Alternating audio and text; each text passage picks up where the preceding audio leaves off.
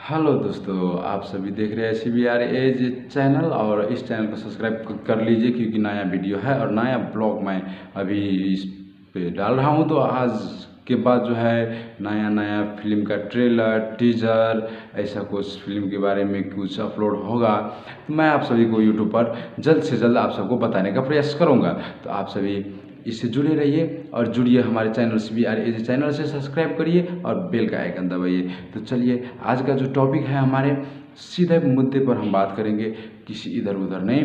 तो the Kerala story अभी का जो इंडिया का अभी का जो न्यूज़ है वो द केरला स्टोरी जो एक फिल्म बना है, बहुत अच्छी फिल्म, बहुत अच्छी है, बहुत तगड़ी फिल्म है। मैं ज़्यादा बहस नहीं करने वाला हूँ, ज़्यादा बात नहीं करने वाला हूँ।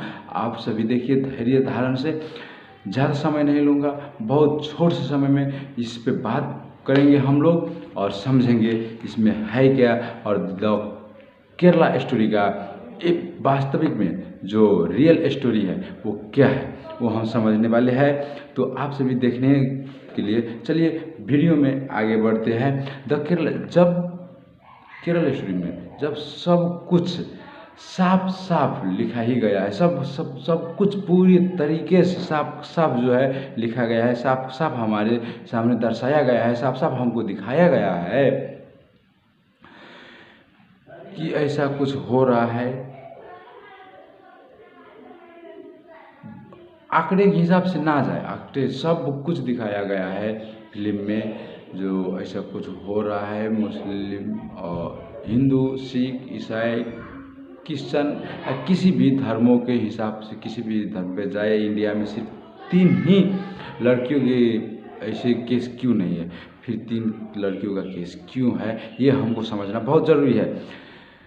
तो हमें सीधे मुद्दे पर अगर बात करनी चाहिए, जब सब कुछ साफ साफ इस फिल्म में लिखा गया है, पूरी तरीके से बताया गया है कि ऐसा कुछ हो रहा है, बस थोड़ी सी फर्क आंकड़ों के हिसाब से जगह जगह पर 3 की जगह पर 32,000 दिखाया गया है, 3 की जगह पर 32,000 दिखाया गया है। तो दोस्तों हमें समझ लेना चाहिए, इसमें समझने वाली बात क्या है, क्या रह गया है